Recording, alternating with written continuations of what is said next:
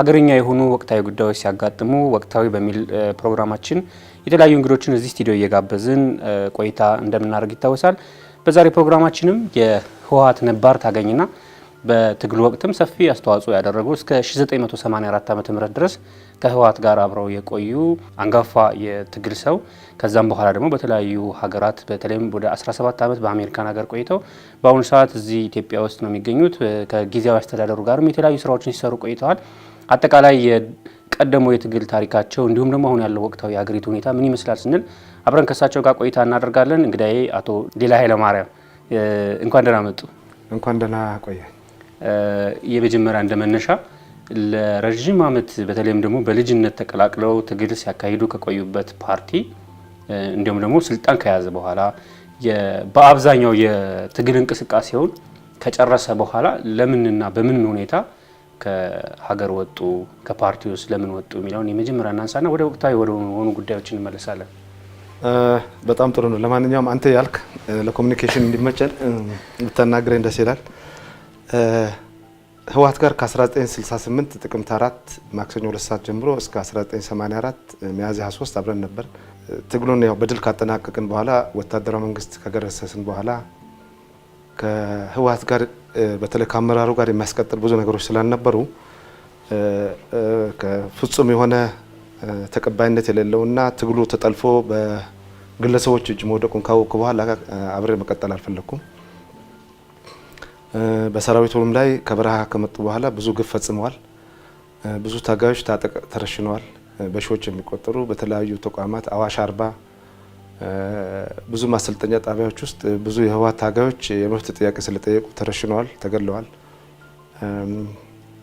በትግሉ ወቅት ታስሮ የነበሩ ወደ 580 የሚጠጉ የኢህአፓ ምርኮኞች፣ የደርግ ምርኮኞች እንደዚሁም የህወሓት እስረኞች ኩሃ ላይ ተረሽነዋል። ያንን ስላየሁኝ ከዚህ ድርጅት ጋር አብሮ መቀጠሉ እንደማያዋጣና የራሴን የግል ህይወት መኖር ፈለኩኝ። ከዛ 1993 አካባቢ ላይ ድርጅቱ ለሁለት ተሰነጠቀ ህወሓት እና በዛን ወቅት ጠቅላይ ሚኒስትር መለስ ዜናዊ ጠርተውኝ ከነሱ ጋር እንድሰለፍ ጠየቁኝ። እኔ አባል አልነበርኩም። ከናንተ ጋር አልቀጥልም አልኩኝ። ከወጡ በኋላ ማለት ነው። ከወጣሁ በኋላ ማለት ነው እና ከ10 ዓመት በኋላ እምቢታዬን ስላልተቀበሉ አንዳንድ ለህይወት አስጊ የሆኑ ነገሮችን ስላየሁኝ ክትትልም ስለበዛብኝ አንዳንድ እርምጃዎች ስለወሰዱ በንብረቴ ላይ ከዛ ያለኝ አማራጭ እስቲ ለምን ዞር ብዬ አልቆይም የሚለው ነው። እንደ አማራጭ ወሰድኩትም አሜሪካ መሄድ ነው። አሜሪካ ቤተሰቦችን ይዤ ሄድኩ። 17 ዓመት ከሀገር መውጣት በጣም ከባድ ቢሆንም ጥሩ ጊዜ አሳልፌያለሁ። ልጆችን አስተምሬያለሁ፣ ራሴም ተምሬያለሁ። ከዛም ይሄ ለውጡ ሲመጣ ለውጥ ውስጥ ቶሎ የመግባትም አልፈለኩም። ምክንያቱም የመተማመን ጉዳይ አለ። ህወሓት ውስጥ የሰራሁት ስራ ለዚህ ለለውጡ አካል ምናልባት በጥርጣሬ ሊያዩኝ ይችላሉ በሚል ታግሼ ሁኔታዎች ሲመቻቹ ከአንድ ዓመት በፊት ወደ ሀገር ቤት ገባሁ። ከዛን ጊዜ ጀምሮ የህወሓትን ክፋት፣ ሰይጣናዊ ተግባር ያጋለጥኩ ቆየው። ጦርነቱ ተነሳ። ጦርነቱም እንደተነሳ ጠቅላይ ሚኒስትር አብይ በጥሪ ያደረጉልኝ። በዛ ጥሪ መሰረት ህዝብ እንዳረጋጋ ከጊዜው አስተዳደሩ ጋር ወደ ትግራይ ገባሁ። መልካም። ምናልባት በኋላ ላይ ያኔ እርስዎ በትግል ወቅት የነበሩበት አካባቢ የትግራይ አካባቢ አሁን ከጊዜው አስተዳደሩ ጋር ተመልሰው ሲሄዱ በኢኮኖሚ በማህበራዊ ጉዳዮች እንዲሁ አጠቃላይ የማህበረሰቡ መዋቅራዊ ግንኙነት እድገቱ ምናምን ያኔ እንኳንም ታገልኩለት እዚህ ደረጃ ደርሷል በሚያስብል ሁኔታ አገኙት ወይስ ደግሞ ከጠበቁት በላይ ደግሞ በተቃራኒ ሆኖ አገኙት የሚለውን ነገር ይመልሱልኝና ለምን ወደ ህግ ማስከበሩ ወደ ጦርነት ተገባ? ምንድን ነበሩ ገፊ ምክንያቶችስ? በዛስ ምንድነው የተገኘው? የደረሰው ጉዳት ምን ይመስላል የሚለውን ነገር ደግሞ በተከታይነት የምንመለከት ይሆናል። ወደዛ ከመግባታችን በፊት የኢትዮጵያ መንግስት ወይም ፌዴራል መንግስቱና ዓለም አቀፍ ማህበረሰቡ ስለ ትግራይ ያለው አመለካከት በጣም የተሳሳተ ነው። ትግራይ ስንል ማን እነምን ናቸው የሚለውን የህዝቡን ስነ ልቦና ያላገነዘበ እርምጃዎች ነው የሚወሰዱት ያለ ወይንም አመለካከት ነው ያለው። ኢቭን ፌዴራል መንግስቱ ትግራይን አያውቃትም ማለት ይቻላል። ዓለም አቀፉ ማህበረሰብ አያውቃትም። የትኛው የፌዴራል መንግስቱ አሁን ያለውም ነው ከአሁን በፊት የነበረውም ጭምር ነው? ከአሁን በፊት የነበረውማ የወጣለት ነው። አሁን ያለውም አያውቀውም። ትግራይ ምን እንደሆነች አያውቀውም። የትግራይን ህዝብ ስለልቦና እስካሁን አላየውም። ኢህአዴግም ህወሓትም አያውቅም፣ ይሄም አያውቅም። በእርግጥ ህወሓት አንድ ዲዛይን ያደረገው ነገር አለ። ትግራይ ብሎ በትግራይ ማንነት ውስጥ ጸረ ህዝብ የሆነ ስራዎችና የአንድን አካባቢ አድዋ የበላይነትን የሚያንጸባርቅ ስም ነው ትግራይ ማለት። በአሁኑ ወቅትም በህወሓትም ጊዜ የነበረ ማለት ይቻላል። ይህን ያልኩትም ያለ ምክንያት አይደለም። በትግራይ ማንነት ውስጥ ተደብቆ ትግራይ እየተባለ የእንደርታን ህዝብ እንደ ባሪያ የሚገዛ፣ የራያን ህዝብ ሂሚሌት የሚያደርግ እንደ ባሪያ የሚገዛ፣ የሚያንቋሽሽ፣ የሚያዋርድ ትግራይ ነው በአሁኑ ጊዜ ያለው እና ያ ትግራይ የሚለው ስም ሁሉን የትግራይ ህዝብ የሚያጠቃልል ወይም ለሁሉም የህዝብ ትግራይ ህዝብ ተጠቃሚነት የሚገልጽ ሳይሆን ለጥቂት የአድዋ ተወላጆች የሚጠቅምና በትግራይ ስም የትግራይን ሀብት የሚበዘብስ ቀሪውን የትግራይ ህዝብ እንደ ባሪያ የሚያይ የሚያንቋሽሽ መሬቱን የሚወር ወራሪ ኃይል ነው። እንዳውም እኔ እንደ አንድ የባዕድ ኃይል አድርጌ ነው የምወስደው። እንግሊዞች ምናልባት ኬንያ ላይ እንደዛ አልፈጸሙም፣ ዩጋንዳ ላይ እንደዛ አልፈጸሙም። በትግራይ ስም ያለው የአድዋ ኤሊት እንደርታ ራያ ውስጥ የፈጸመው ግፍ ወይንም ተንቤን ውስጥ የፈጸመው ግፍ እና መረዳት ያለብን ምንድነው ትግራይ ሲባል ማን ነው? ትግራይ ሲባል አድዋ ነው በአሁኑ ጊዜ ያለው። በእርግጥ ያ ስም ሪፕሬዘንት ያደርገናል ወይ ታሪካዊ አመጣጡን ብንልም ታሪካዊ አመጣጡ ራሱ ትግራይ የሚለው ስም ራሱ ከዛሬ 47 ዓመት ደርግ ነው የሰጠን። ከዛ በፊት ትግሬ ነው የሚለው። ከዛ በፊት ከአክሱማይት ኪንግደም ከፈረሰ በኋላ እንደርታ ኪንግደም ነው ወደታች የመጣው። ለብዙ ሺህ ዓመታት ይገዛ የነበረ ግራኝ መሐመድ ኢትዮጵያን ሲወር እንደርታን ያስተዳድሩ የነበረው እነ በአልጋዳ ሮቤል 127 የጦር መሪዎች ይዞ መጥቶ ሽምብራ ቆሬ ላይ 85 የጦር መሪዎችን እሱንም ጨምሮ እዚህ ከወደቀ በኋላ ከተሰዋ በኋላ የእንደርታ ጦርም እዚህ ከግራኝ ጋር ሲዋጋ ከተዳከመ በኋላ ሰርጸ ድንግል በ16ኛው ክፍለ ዘመን እነዚህ ትግሬ ገዢ የሚባለው አድዋና አክሱምን ያጠቃልሉ ይዞ እንደርታን ወሮ የእንደርታም ስም ወደ ትግሬ ቀይሮ ነው እና እኛ ወደን ሳይሆን ተገደን የተሰጠን ስም ነው ትግሬ የሚለው ወይንም ትግራይ የሚለው እንጂ እንደ እንደርታ ኪንግደም ምድረ ነገስት ሰብአ እንደርታ የሚል የራሱ ታሪክ ያለው የረጅም ዓመታት ኢትዮጵያን የመሰረተ ህዝብ ነው እና በአሁኑ ሰዓት ለጠየቀኝ ጥያቄ ስንመጣ ኢኮኖሚ ምን ይመስላል ወይንም የታገልኩለት ዓላማ ትግላችን ተጠልፏል።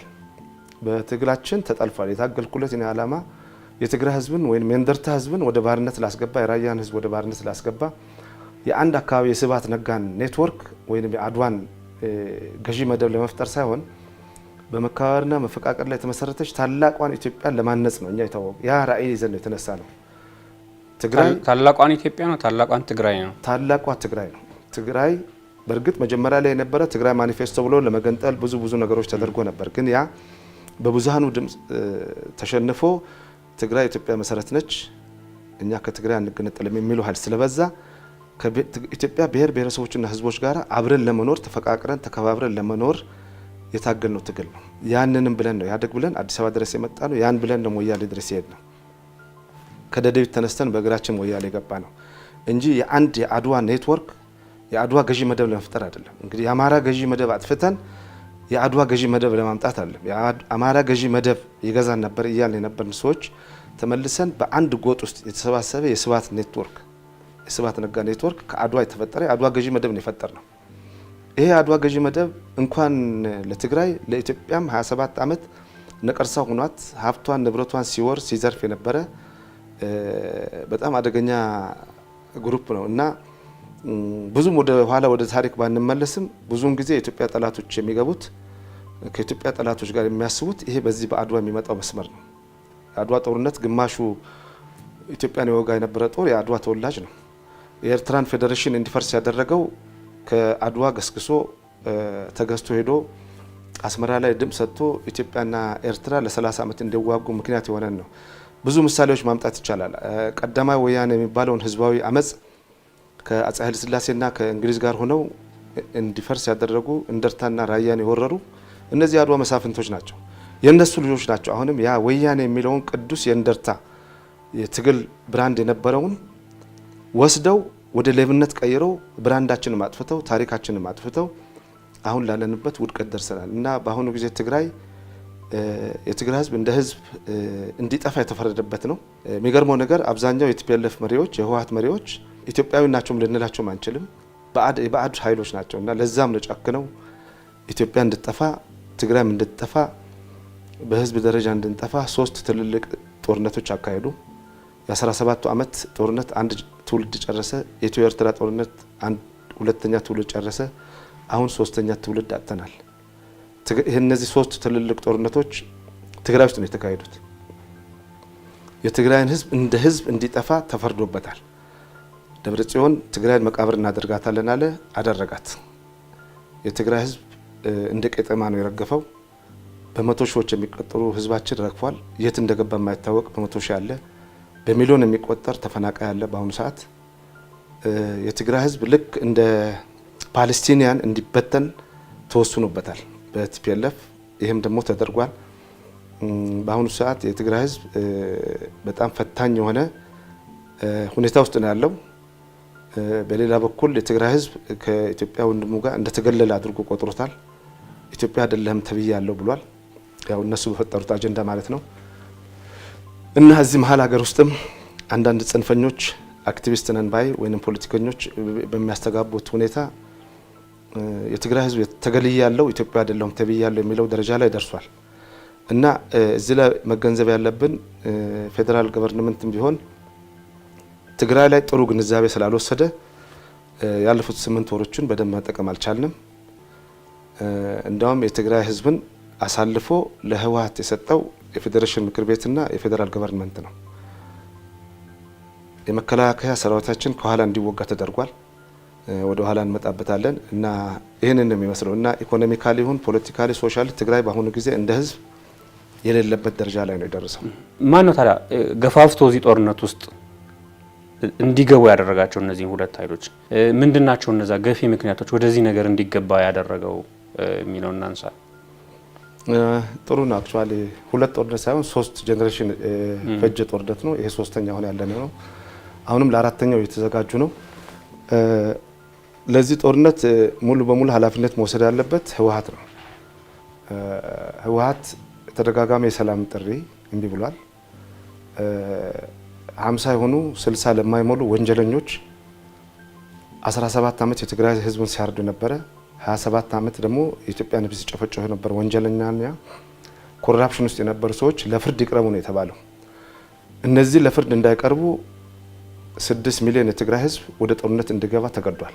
በእርግጥ ቅድም እንዳልኩት እነዚህ ሰዎች ኢትዮጵያዊ ስሜት የላቸውም። እንግዲህ የዓለም ህዝብም የኢትዮጵያ ህዝብም የሚታዘው ነገር ቢኖር ባለፈው 3 ዓመት 9000 የማይሞላ ልዩ ኃይል ይዘው ነው ጦርነት የገጠሙት። ልዩ ኃይል ማለት ደግሞ ፖሊስ ነው እና ከዚህ መደበኛ ሰራዊታችን ለ23 ዓመት ትግራይን ከውጭ ኃይል ይጠብቅ የነበረ ሰራዊት፣ ከትግራይ ህዝብ ጋር ተጋብቶ ተዋልዶ ይኖር የነበረ ሰራዊት፣ የትግራይ ህዝብን በኢኮኖሚ በማህበራዊ ይረዳ የነበረ ሰራዊትን በተኛበት ነው ያረዱት። ያልተሰራ ግፍ የለም። ከመከላከያ ጋር ብዙ ቅርበት ስላለኝ ያልነገሩኝ ነገር የለም። የማይነገር ነገር የኢትዮጵያ ህዝብ መስማት የሌለበትም ነገር ነው።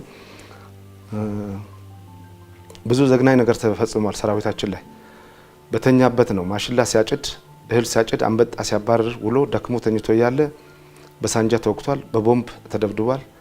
ታስሮ በላዩ ላይ በታንክ ሂደውበታል። ራቆቱን እንዲሄድም ተደርጓል። ያልተሰራ ግፍ የለም። ይህን በማድረጋቸው መከላከያ የበተኑ መሰላቸው። በእርግጥ መከላከያ በአጭር ጊዜ ውስጥ ሪኦርጋናይዝ አድርጎ ራሱን በ3 ሳምንት ውስጥ ከ1000 ኪሎ ከዳንሻ ሁመራ ከሁመራ መቀሌ እስከ ተከዜ በረሃ ከ1000 ኪሎ ሜትር በላይ አራርጧቸዋል፣ አሸንፏቸዋል። ተበትነውም ነበር። ኤርትራንም የጋበዙት እነሱ ናቸው።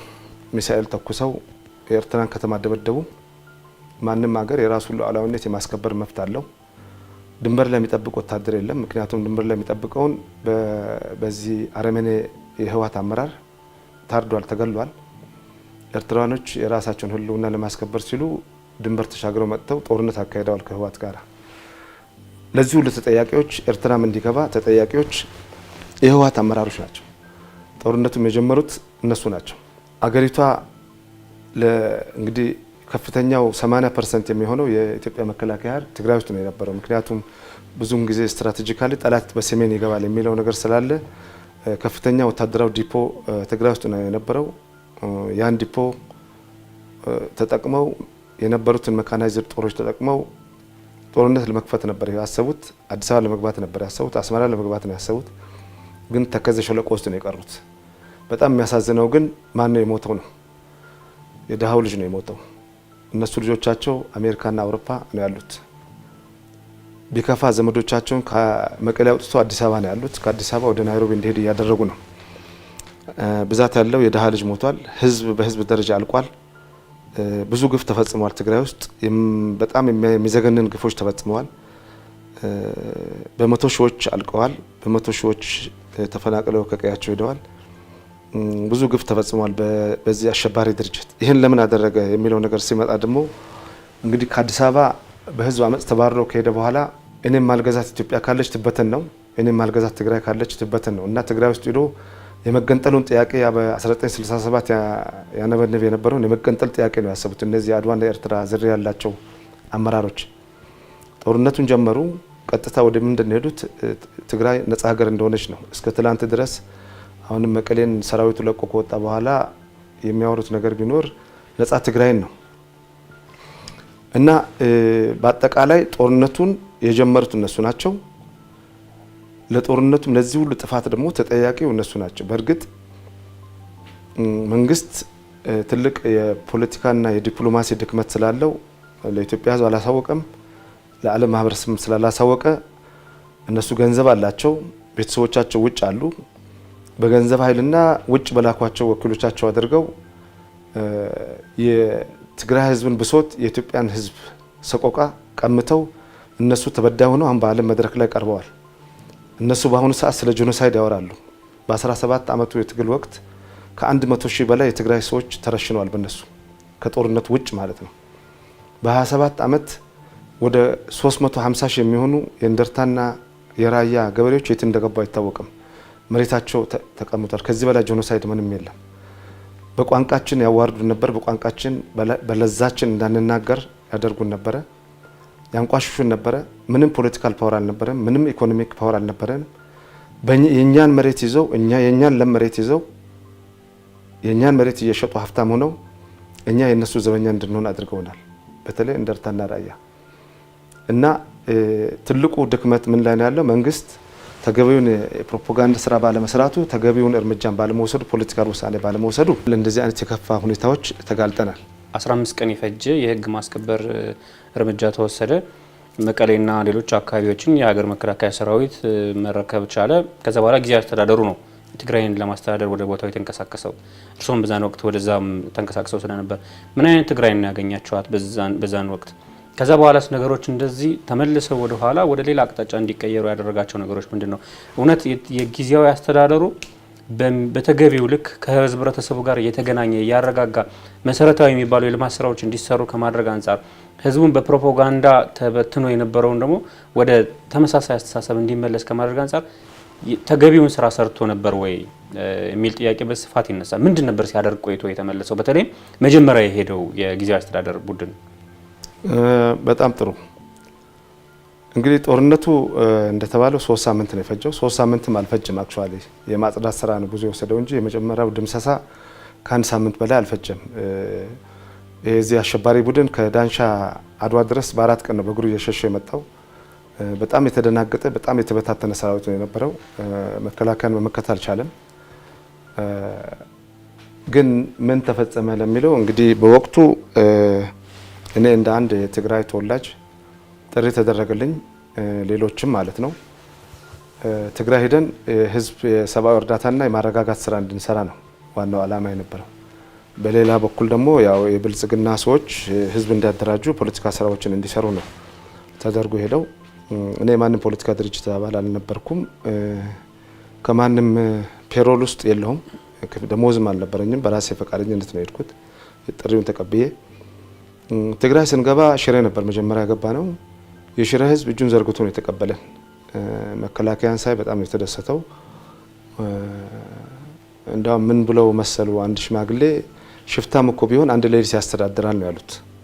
እና አስተዳደሩን እኛ ፍትህ ነው የምንፈልገው፣ ድሮም አልተመቸንም፣ አሁን የተሻለ ጊዜ ይመጣል ብለን ነው የምናስበው የሚል ነው እና ጥሩ አቀባበል ከሀገር ሽማግሌዎች ከሽሬ ህዝብ ተቀበልን። ከዛ በኋላ መቀሌ ስትያዝ በነጋታ ወደ መቀሌ ከሽሬ ወደ መቀሌ ሄደን መቀሌ ስንገባ የመቀሌ ህዝብ እጁን ዘርግቶ ነው የተቀበለን። ለአንድ ወር ያክል እኔ መቀሌ ውስጥ ብቻዬን ነበር ምዞረው፣ አጃቢ የለኝም፣ ጠባቂ የለኝም ነበርና በሄድንበት ቦታ ህዝብ በደስታ ይቀበለን ነበር። ብዙ ተስፋ ነው ያደረገው። አደራጁን ነበር የሚለው ያለ ቀበሌ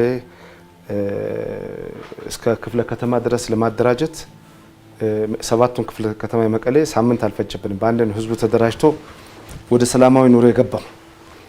እንግዲህ ከዛ በኋላ ምን ተፈጠረ የሚለው ትልቅ ሚስጥር ነው ያለው። እንግዲህ ትልቁ ጥፋት የት ነው ያለው ብንል ፌዴሬሽን ምክር ቤት ነው። ከዛ በኋላ ደግሞ የትግራይ ብልጽግና እንደዚህ ያለ ይመጣል። የፌዴሬሽን ምክር ቤት ለዶክተር ሙሉ ነጋ ሙሉ ስልጣን የሰጠው አንድ ሰው የፈለገው እንዲያደርግ፣ እንዲያባርር፣ እንዲሾም፣ እንዲሸልም አድርጎ ነው የላከው። የቲፒኤልኤፍ መዋቅር እንዳለ መቀሌ ውስጥ እንዳይነካ ነው የተደረገው። ካቢኔ ሲሾም እንዳለ ከ50% በላይ የአድዋ ተወላጆች የስብሃት ነጋም ቤተሰብ ነው። ስለዚህ የመጀመሪያው እንትን ነው ተመልሶ የተቀጠለው እንዳለ ቀጥሏል። እንዲያውም እንዲጠናከር ጡረታ የወጡትን የስብሃት ነጋ ቤተሰቦችና የአድዋ ተወላጆች ካቢኔውን እንዲሞሉ ተደረገ። የትግራይ ቲቪ ሪፎርም እንዳይደረግ ተደረገ። እንዳለ ቀጠለ። የህወሓት ፕሮፓጋንዳ ክፍሎች በሙሉ እንዳይነኩ ተባለ። ቀጥታ እንደገቡ የእንደርታ ልጆችን ማሰር ጀመሩ። የእንደርታ ልጆችን ማርጂናላይዝ ማድረግ ተጀመረ። ከባቢነት ያጠቃቸዋል የሚል ታርጋ እየተለጠፈ የእንደርታ ልጅ ከአካባቢ ማባረር። እንዳውም እኔን አንድ ወቅት ከመከላከያ ጋር ለምን ትሰራለህ ተብዬ ሁሉ ተገምግሜ ከሹፌር ከሜዳ ሹፌር ሁሉ መኪና ቁልፍ ተቀምጫለሁ። ለምን ተቀማው ስል ሁሉ ለምን አሜሪካ አትሄድም ሁሉ ብሎኛል።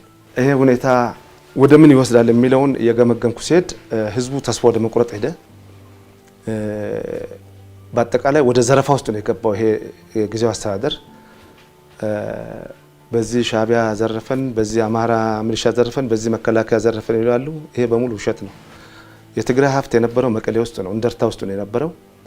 95% ይሄ ንብረት ተዘርፎ የወጣው በዚህ በጊዜያዊ መንግስት አስተዳደር ባለስልጣኖች ነው። ፋፋ ለእርዳታ የመጣ ሳይቀር ተመልሶ አዲስ አበባ ደሴ ተሽጧል። ስኳር ሳይቀር የእርዳታ እህሎች፣ ብረታ ብረት፣ መኪናዎች በፎርጅድ ቦሎና በፎርጅድ ድራይቪንግ ላይሰንስ መንጃ ፍቃድ ከትግራይ ወጥተዋል። ማሽኖች በሙሉ ተጭነው ወጥተዋል። በአጠቃላይ እዛ ጊዜያዊ አስተዳደር ውስጥ የነበረ በሙሉ የተቀመጠው ለዘረፋ ነው። ይሄንን ያየ የህዝብ ቁጣ አስነሳ። እኔ መቀሌ ያው እናት አባቴ ተወልደው እዛው የተቀበሩበት ቦታ ስለሆነ ብዙ ኮንታክትም ስላለኝ ወጣቱ በጣም ተስፋ ከመቁረጥ የተነሳ እንደዚሁም በአንዳንድ የትግራይ አካባቢዎች በሚደረጉ ግድያዎች፣ ሰቆቃና ዘረፋዎች ህዝቡ ተስፋ ወደ መቁረጥ ሄደ። ይህን ተስፋ መቁረጥ አይቼ በመጣሁበት አጋጣሚ ለፌዴራል ባለስልጣኖች ሪፖርት አድርጌያለሁ። የትግራይ ህዝብ ወደ ህዝባዊ ጦርነት ይገባል ብዬ መቀሌ ውስጥም መቀሌ ዩኒቨርሲቲ ውስጥም ይህንን ተናግሬያለሁ። ለከፍተኛ የብልጽግና ባለስልጣናትም ይህን ተናግሬያለሁ። የትግራይ ህዝብ ወደ ህዝባዊ ጦርነት እንዳይገባ እርምጃ እንዲወሰድ ተናግሬያለሁ። ግን ማንም እርምጃ ወሰደ የለም። ከዛ መጨረሻ ላይ በጊዜያዊ አስተዳደሩ የአሰራር ብልሹነት እንጂ ህወሓት ለምን ሄደብኝ ለምን ተወጋ በሚል አይደለም። ህወሓት እንዲጠፋ 95% የትግራይ ህዝብ የህወሓትን መጥፋት ይደግፋል። አሁንም አሜሪካ ብትሄድ 95% የትግራይ ተወላጅ የህወሓትን መጥፋት ይፈልጋል። ግን ትግራይ ውስጥ ያለውን ሰቆቃ ግን ከህወሓት በባሰ መንገድ የሚያባብስ ጊዜያዊ መንግስት ነው የመጣው። ክፉ ጊዜ ነው የመጣው መቼም ለትግራይ ህዝብ፣ በተለይ እንደርታ አካባቢ ለራያ አካባቢ የ8 ወር ለኛ የሰቆቃ ጊዜ ነው። ከ28 ዓመቱ የከፋ ጊዜ ነው። በአንድ ወር ውስጥ 11 የእንደርታ ልጆች ከስልጣን ተባረዋል። እንደርታን ቶታሊ ማርጂናላይዝ የሚያደርግ ስርዓት ነው የነበረው። 28 ዓመት ስንደበደብ የነበርነው እኛ ነን። እንደገና ጊዜያዊ መንግስት ተብሎ የተሾሙት የስብሃት ነጋ ቤተሰቦችና የአድዋ ተወላጆች ናቸው። ይሄ በእርግጥ እንዲህ በቀላሉ የሚታይ ነገር መሆን የለበትም። መንግስት አሁንም ታስክ ፎርስ አዘጋጅቶ ጊዜያዊ መንግስት ምን ሰራ የሚለውን ማወቅ አለበት። እኛ ትግራይ ስንገባ የህወሓት ሰራዊት 30-40 የሆነ እንጀራ እየቀማ ነው ይበላ የነበረው። በ4 ወር ውስጥ ግን በክፍለ ጦር በኮር እንዲደራጅ ነው ያደረሱት። የህወሓት አሸባሪ ቡድን አባላት መቀሌ ታክመው ይሄዱ ነበር። መድኃኒት ከመቀሌ ነው የሚሄደው የነበረ። የካቢኔ አባላቶች አሁን ግማሹ አልመጡም፣ ያንን ሲሰሩ የነበሩ ማለት ነው። የመጡም እዚህ ያሉ ለሱ የሚሰሩት ትልቅ የፕሮፓጋንዳ ስራ የሚሰራው ከተማ ውስጥ በነበረው በጊዜው አስተዳደሩ ነው። መከላከያ ሰራዊት ሁሉን ስራ እንዲሰራ ተደረገ። እርዳታም ያሰራጨው እሱ፣ ጸጥታም ያስከብረው እሱ። እርዳታ ሊያሰራጭ ሲሄድ መጣ ሰራዊት እየመጣ ነው ተብሎ እርዳታ ጭኖ የሚሄደውን ኮንቬ በስልክ ከመቀሌ ተነግሮት ደፈጣ እንዲጠብቀው ሁሉ ተደርጓል። ሰራዊቱ በጊዜው አስተዳደሩ ተደብድቧል፣ ተመቷል። 80 ሺህ ያለበት ቦታ ላይ 160 ሺህ አለ ተብሎ እህል እንዲሄድ ሁሉ ተደርጓል። ለዛኛው እንዲደርስ ለማድረግ ማለት ነው። እና በአጠቃላይ ጊዜው መንግስት የተቋቋመው ህወሓትን እንደገና እንዲያደራጅ ህወሓትን እንደገና እንዲቀልብ የተደረገ ነው። ይሄ በፋክት ነው መናገር ያለው። የህወሓት አመራሮች ፕላኔት ሆቴል ነበር የሚኖሩ። ተመልሰን እኛ ሄደን ፕላኔት ሆቴል ገባን። ህዝቡን እያገኘ ነው አይደለም፣ ህዝቡን እየመራ ነው አይደለም። እርሻ ማረስ አለበት፣ ምርጥ ዘር ማግኘት አለበት፣ ማዳበሪያ ልጆች መማር አለባቸው፣ የፖለቲካ ስራ መስራት አለበት ስንል አይ አትንቀሳቀሱም እዚሁ ነው የምንኖረው አይነት ነገር ስለተባልን ትተን መጠናል የሚሉ በአካልም ያገኘናቸው ሰዎች ነበሩ። እንደዛ አይነት የህዝብ ስራዎች እስከ ታች እስከ ቀበሌ እስከ ወረዳ ይሰሩ ነበር። ከፕላኔት ሆቴል ደጀን ቢሮ የምትባለች 500 ሜትር ርቀት ላይ ከዛ ወደዛ ነው የሚሄዱት። ከዛ በ30 40 ታጃቢ ሄደው ነው የሚሄዱት። ፕላኔት ሆቴል ምናልባት አንድ ባለፈው 7 ወር 8 ወር ወደ 60-70 ሚሊዮን ብር ተከፍሏል ለፕላኔት ሆቴል። የኪራይ የዛው የተቀመጡበት የምግብ ሀገራቸው የአድዋ ሰው ነው ያው ለመጥቀም ተብሎ ነው። እንደውም አንድ ወቅት አንዳንድ ሰዎች ምንድነው ሀሳብ ያቀረቡት ለምን ዲስትሪቢዩት አናደርገውም በተለያዩ ሆቴሎች ለምን አንኖርም የሚል ነው። ያንን ሪጀክት ተደርጎ ፕላኔት ሆቴል ነው የሚኖረው የነበረ። ህዝብ መሀልማ እንድንኖር አይፈልግም። ለምሳሌ እኔ ከወታደሩ ከሰራዊቱ ጋር ቢሮ እንድቀመጥ ነው የተወሰነው። እኔ ቢሮ አልቀመጥም። እኔ ደሞዝተኛችሁም አይደለሁም፣ ቮለንተሪ ነኝ። የማረጋጋት ስራውን ከሰራዊቱ ጋር ነው የምሰራው ብዬ ከሰራዊቱ ጋር በየገጠሩ ሲሄድ ስራውን ትቶ ከመከላከያ ጋር ይውላል ተብዬ ነው የተገመገምኩት። የሆነ ወቅት የአሜሪካ የእርዳታ ድርጅት የከዘነው እህል ነበርና ያለ ህዝቡ ለተቸገሩ የማህበረሰብ ክፍሎች ተከፋፍሏል። በጎን ደግሞ አሜሪካ ተደፈርኩ፣ እንዴት የኔ የእርዳታ እህል ያለ እኔ ፈቃድ ለምንድን ነው እንደዚህ ሊሆን የቻለው? ይህን ያደረገው ጊዜያዊ አስተዳደሩ የሚል ነገር ሲነሳ አይ ይህን ፕሮፓጋንዳ በተቃራኒው ለመስራት ራሳቸው አቶ ሊላይ ኃይለማርያም ናቸው ከጊዜያዊ አስተዳደሩ እውቅና ውጭ ይህን ነገር ያደረጉት የሚልም ነገር ይነሳ ነበር። ይህ ምን ያክል እውነት ነው? እውነት ነው። በእርግጥ ያደረኩት ከዶክተር አብርሃም ዶክተር ሙሉም አሳውቄ ነው ያደረኩት። በተከታታይ ለ10 ቀን ጠየቅኩኝ። እነዚህ ዩኤስኤድ የተለያዩ ድርጅቶች ወደ 10 ሺህ ኩንታል እህል እዛ ተቀምጧል እና ስሰማ ከ2 ዓመት በላይ ነው የተቀመጠው እህሉ እና ኩያ ከተማ ውስጥ ነው። ጠየቅኩኝ፣ መልስ አጣሁኝ እና ምንድነው እየተሰረቀ እህሉ ይወጣል። እዛ በሚሰሩ የዩኤስኤድ ሰራተኞች እየተሰረቀ ይወጣ ይሸጣል ለህዝቡ። ይሄ ለምን ይሆናል ብዬ ከመከላከያ እና እንዲሁም ከጋዜጠኞች አዘጋጅቼ የከተማው 4ቱ ክፍለ ከተማ ነዋሪዎች ተመዝገው ህጋዊ በሆነ መንገድ እንዲመዘገቡ አድርጌ ስቶሩን ሰብሬ ለህዝብ አድያለሁ። በወቅቱም ጠይቀውኝ እህሉ ለምንድን ነው ያመጣችሁት ነው ያልኳቸው።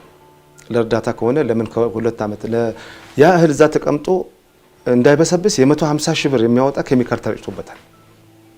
በእርግጥ ያ እህል ይሆናል አይሆንም እግዚአብሔር ያውቀው። በእርግጥ ስትጋግረው ራሱ ቆሎ ነው እንጂ የሚሆነው ጋግረው ወይንም እንጀራ ወይ ቂጣ ማይወጣ ነው እና ለህዝብ እርዳታ በህዝብ ስም እስከመጣ ድረስ በጎን የነሱ ሰራተኞች እያወጡ እየሸጡ እየሰረቀ እያየሁኝ ህዝብ እዚህ እየተራበ ዝም ብዬ ማየት ስላልቻልኩኝ ያን እርምጃ ወስጃለሁ። በእርግጥ ሌላም ቦታ ወስጃለሁ እንደዛ። ምክንያቱም እኔ አላማዬ ህዝቡ እንዲበላ ህዝቡ እንዲረጋጋና ህዝቡ ወደ ሰላማዊ ኑሮ እንዲመለስ ነው። ስንዴ ስቶር ውስጥ ያለ ህዝብ በራብ መሞት የለበትም። የሚመጣውን ችግር መቀበሉን ነው መርጠው ለህዝብ ቤዛ መሆኑን እቀበላለሁ እና ያን እርምጃ በትክክል ወስጃለሁ። ሰብሬዋለሁ ስቶሩን 10 ሺህ ኩንታል እህል ለህዝብ አድለናል። የኛ ጋዜጠኞችም እዛ ነበሩና ተከሰናል። ኤምባሲው ይቅርታ ጠይቁኝ፣ እንዴት ሉዓላዊነት መዳፈር ነው በሚል እኛንም ይቅርታ እንድንጠይቅ በጣም ጫና እኛ ላይ ሲያሳድሩብን ነበር በሰዓቱ አስታውሳለሁ። እነሱ ነበር እንዲያውም ይቅርታ መጠየቅ አለባቸው። ለህዝብ በህዝብ ስም አምጥተው ከህዝብ ለምነው ነው የሚያመጡት። ከህዝብ ለምነው አምጥተው ለህዝብ እንሰጣለን ብለው እዛ 2 ዓመት 3 ዓመት ማስቀመጣቸው ይሄንን ጥሩ ፕሮፓጋንዳ የሚሰራ ዲፕሎማት ቢኖርን ኖሮ እነሱን በተሻለ መንገድ እነሱ እኛን ይቅርታ እንጠይቁ እናደርግ ነበር። ግን የዲፕሎማቲክ ስራዎች አይሰሩም ብዙ ጊዜ እንጂ እህል አምጥቶ አንድ እርዳታ ድርጅት 2-3 ዓመት የሚያስቀምጥበትና ኬሚካል እየረጨ የሚያስቀምጥበት ምንም ግራውንድ የለውም። ያ የዩኤስኤድ የአሜሪካንን ህዝብ ለምኖ ነው የሚያወጣው። ትግራይ ውስጥ የሚረዱ ሰዎች አሉ፣ ትግራይ ውስጥ በሴፍቲ ኔትወርክ የሚኖሩ ትግራይ ውስጥ የተቸገሩ ሰዎች አሉ ብሎ ነው የሚመጣው። ግን 2 ዓመት 3 ዓመት ማስቀመጥ ማለት ይሄ ወንጀል ነው። ራሱ ህዝቡ ምግቡ ራሱ እንዲበሰብስ ተደርጓል። ጤናማም አይደለም። ህዝባችን ስለተራበ ስለተቸገረ ይበላዋል እንጂ የሚበላ እህል እኮ አይደለም። ኬሚካል ሲረጭ 3 ዓመት የተቀመጠ 2 ዓመት የተቀመጠ ምግብ በጣም አዳጋች ነው። ግን ምንድነው በእኛ በኩል ዲፕሎማቲክ ስራዎች አይሰሩም፣ የፖለቲካ ስራዎች አይሰሩም።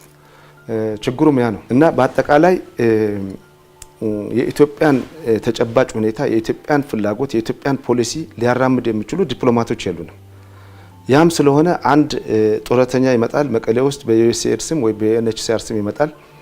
ኢንተርኔት ያለው መኪና ይዛል ወይንም ኢንተርኔት ያለው ቢዞ ይዛል፣ ሳተላይት ዲሽ ይተክላል። ትግራይ ውስጥ ስላለው ጥሩ ነገር ሳይሆን ትግራይ ውስጥ ስላለው መጥፎ ነገር አጋኖ ለማውራት ነው የሚሄደው። ቲፒኤልኤፍ አንድ የምትሰራው ጸጋ ነበረ። በተንኮላዊ ተካኑ ስለሆነ የአብዛኛው ኢንተርናሽናል ድርጅት ውስጥ የራሷ ሰዎች አሉ፣ የቲፒኤልኤፍ ሰዎች አሉ።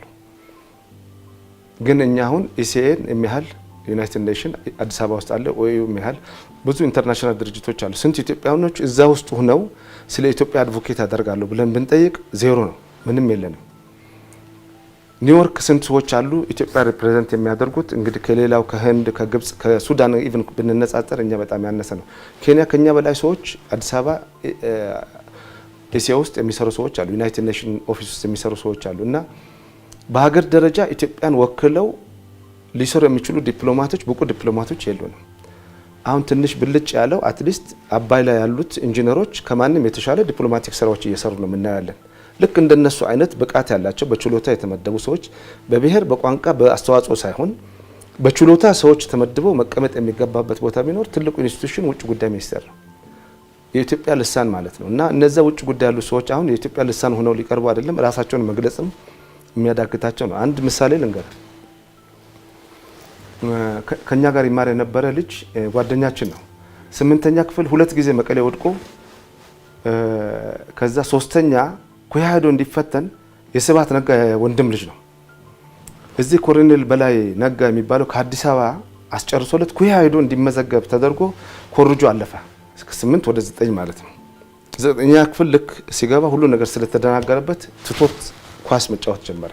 ልክ ህወሓት ኢህአዴግ ሲገባ የውጭ ጉዳይ አማካሪ ሆኖ ነው የተሾመው። መላኩ ጴጥሮስ ይባላል ስሙ።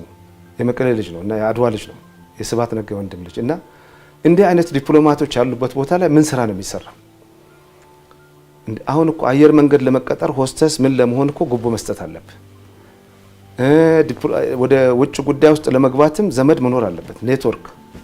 እዛ ያለው አማራ ነው አማራ ይስባል፣ እዛ ያለው ትግሬ ነው ትግሬ ይስባል፣ ኦሮሞ ነው ኦሮሞ ይስባል እንጂ ሰዎች በችሎታቸው የማይገቡበት ቦታ ነው። ይሄ እዛ ብቻ ሳይሆን ሁሉም ሚኒስቴር መስሪያ ቤት ውስጥ ብቃት ያላቸው ሰዎች አሉ የሉም ወይ ነው። እንግዲህ ከመስከረም በኋላ የሚመጣውን አዲሱን መንግስት ተስፋ እናደርጋለን። ብዙ ወጣቶች በዚህ ምርጫ አልፈዋል፣ ብዙ ምሁራን አልፈዋል፣ ብዙ ሴቶች አልፈዋል። በእርግጥ ብልጽግና እንደ ፕሮግራሙ ጥሩ ቢሆንም እስካሁን ያየሁት ብልጽግና ስሙና ሰዎቹ የማይመጣጠኑ ናቸው። በጣም የተዛባ አካሄድ ነው ያለው። በእርግጥ አሁን ወጣቶች ወደፊት እየመጡ ነው፣ ሴቶች ወደፊት እየመጡ ነው፣ ምሁራን እየመጡ ነው። እንግዲህ ከመስከረም በኋላ ኢትዮጵያ አዲስ ገጽታ ይኖራታል ብዬ ተስፋ አደርጋለሁ።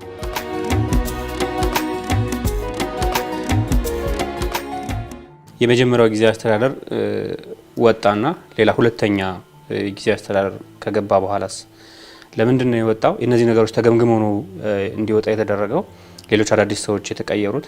ከዛስ ሁለተኛ የመጣውስ በዛው ነው የቀጠለ? የተሻሉ ስራዎችን ሰርቷል? አሁን እስካለው የተኩስ አቁም ስምምነት እስኪደረግበት ድረስ የነበረው ሂደትስ ምን ይመስላል?